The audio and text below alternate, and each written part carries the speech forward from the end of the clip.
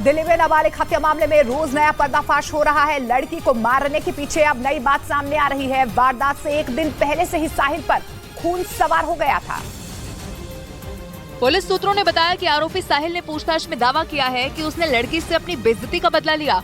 सूत्रों की माने तो लड़की वारदात के एक दिन पहले अपने कुछ दोस्तों के साथ साहिल को रास्ते में मिली थी। तब उसने टॉय पिस्टल उसकी कमर में लगाकर साहिल को धमकी दी थी। इस बात से वो खुद को अपमानित महसूस करने लगा, जिसके बाद लड़की के लिए उसके दिल में गुस्सा भर गया और उसने बदला लेने की ठान ली। और इस घटना के बाद आरोपी साहिल बौखला गया था। उस दिन उसने दोपहर में खूब नशा किया था। जमकर शराब पीने के बाद उस पर शैतान सवार हो गया और जेब में चाकू लेकर वो कई बार बदला लेने के इरादे से इलाके में भी घूमा। सूत्रों के मुताबिक शाम में नाबालिग लड़की अपनी महिला दोस्त के घर से बाहर निकली थी। इस दौरान साहिल ने उसे देख लिया। नफरत से भरा साहिल दरिंदा बन बैठा। उसने नाबालिग की बेरहमी से हत्या कर दी। साहिल ने पुलिस को बताया कि उस दिन अगर लड़की नहीं मिलती तो वो उसके उन दोस्तों की भी जान ले लेता जिन्होंने उसे अपमानित किया था। हालांकि पुलिस उसके दावे की जाँच भी कर रही है।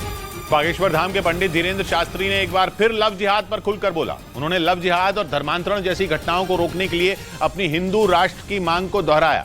इस दौरान उन्होंने दिल्ली में हुए शाहबाद डेयरी हत्याकांड का भी जिक्र किया, जिसमें साहिल ने एक लड़की की दरिंदगी से सरेआम हत्या कर दी थी। और इस मामले का जिक्र करते हुए धीरेन्द्र शास्त्री ने लव जिहाद जैसी घटनाओं को रोकने की मांग की और लव जिहाद और धर्मांतरण जैसी घटनाओं को रोकने के लिए हिंदू राष्ट्र को जरूरत बताया और एक बार फिर अपनी हिंदू राष्ट्र की मांग को दोहराया। जब तक हिंदू राष्ट्र नहीं होगा तब तक ये लव जिहाद, तब तक ये धर्मांतरण तब तक बंद नहीं होगा। इससे पहले भी धीरेन्द्र शास्त्री अपने मंचों से लव जिहाद और धर्मांतरण जैसे मामलों को उठाते रहे हैं और कई बार हिंदू राष्ट्र की मांग कर चुके हैं। और नागपुर में कार्यक्रम में आरएसएस प्रमुख मोहन भागवत ने इस्लाम पर बड़ा बयान दिया है। उन्होंने कहा कि पूरी दुनिया में इस्लाम का आक्रमण हुआ है, लेकिन आज भारत देश में ही इस्लाम सबसे ज्यादा सुरक्षित है। उन्होंने ये भी कहा कि हमारे देश की विविधता अलगाव का कारण नहीं बनती। और आरएसएस प्रमुख मोहन भागवत ने उन लोगों को सख्त संदेश दिया है जो देश में नफरत फैलाने में जुटे हुए हैं और धर्म के नाम पर माहौल खराब करने की कोशिश कर रहे हैं।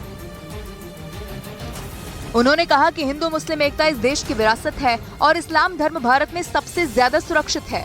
विदेशी तो यहाँ से चले गए, लेकिन इस्लाम की पूजा कहाँ सुरक्षित चलती, यही सुरक्षित चलती। आरएसएस प्रमुख मोहन भागवत ने कहा कि इस्लाम ने पूरी दुनिया में आक्रमण किया था और ये स्पेन से मंगोलिया तक छा गया था, लेकिन सैकड़ों सालों बाद भी भारत ही इस्लाम धर्म के लिए सबसे सुरक्षित देश है। लेकिन कुछ लोग इन बातों को भूलकर नफरत फैलाने वाली नीति पर काम कर रहे हैं।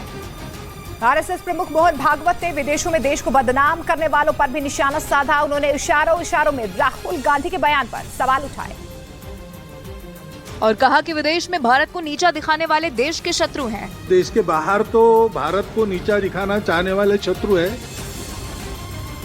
अपने स्वार्थ के लिए भारत को दबाए रखने वाले, आपस में झगड़ता लड़ता रखना चाहने वाले लोग हैं। आरएसएस प्रमुख ने कहा कि देश के बाहर भारत को नीचा दिखाने वाले भी देश के शत्रु हैं और ऐसे लोगों से हमें सावधान रहने की जरूरत है, क्योंकि ये भी अपने फायदे के लिए देश को तोड़ने की साजिश रचते रहते हैं।